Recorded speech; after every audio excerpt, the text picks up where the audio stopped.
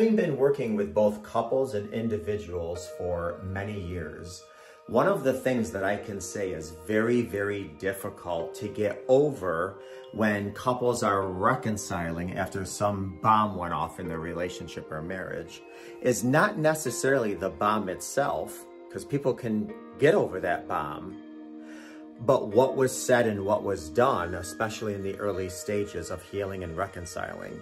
So for instance, people have said things like, I swear on our kid's grave, or I promise on your mother's deathbed, or, people have left their mothers on their deathbed to go, do things they shouldn't have done. And so what happens is months and years, even decades out of this bomb where a couple is trying to heal, trying to reconcile, or even if they've split up and they're trying to be amicable and civil for whatever reason, kids or what have you, what's in the back of their head is, my God, it's hard for me to get over what they said, what they did. I mean, they looked at me in the eye and they promised on our dead child's grave. I mean, I've heard it all. And one of the things I just want to mention, it doesn't necessarily make it easier or palatable or excuse it or rationalize it or justify it. But one of the things that I just want to say is this. I've worked with many that have been addicted to drugs and alcohol. And when I talk to people that are addicted to drugs and alcohol, one of the first things I hear, it's very similar, is, I promise you on my son's life, I'm not doing heroin.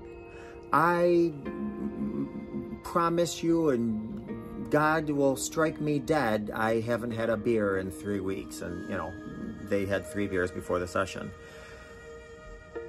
And then when that mind is out of the alcohol, out of the drugs, out of the affair fog, all of a sudden things come back to this person. Reality comes back, logic comes back, common sense comes back, feeling and emotion comes back.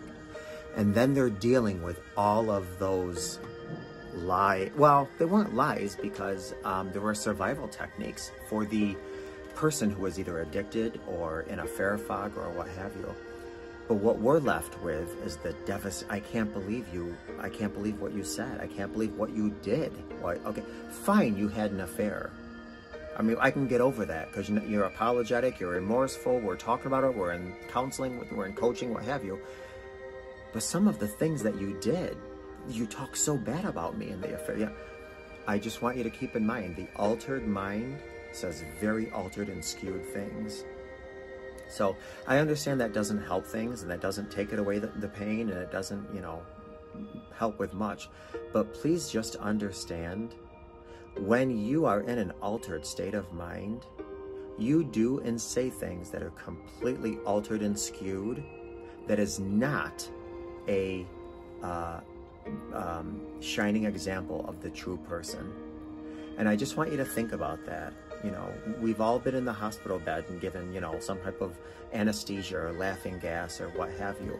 And I'll have said things at some point that were completely off our rockers. And that's what I want you to think about when you're trying to heal from this. People say things completely altered, completely skewed, completely off their rocker. Don't take it as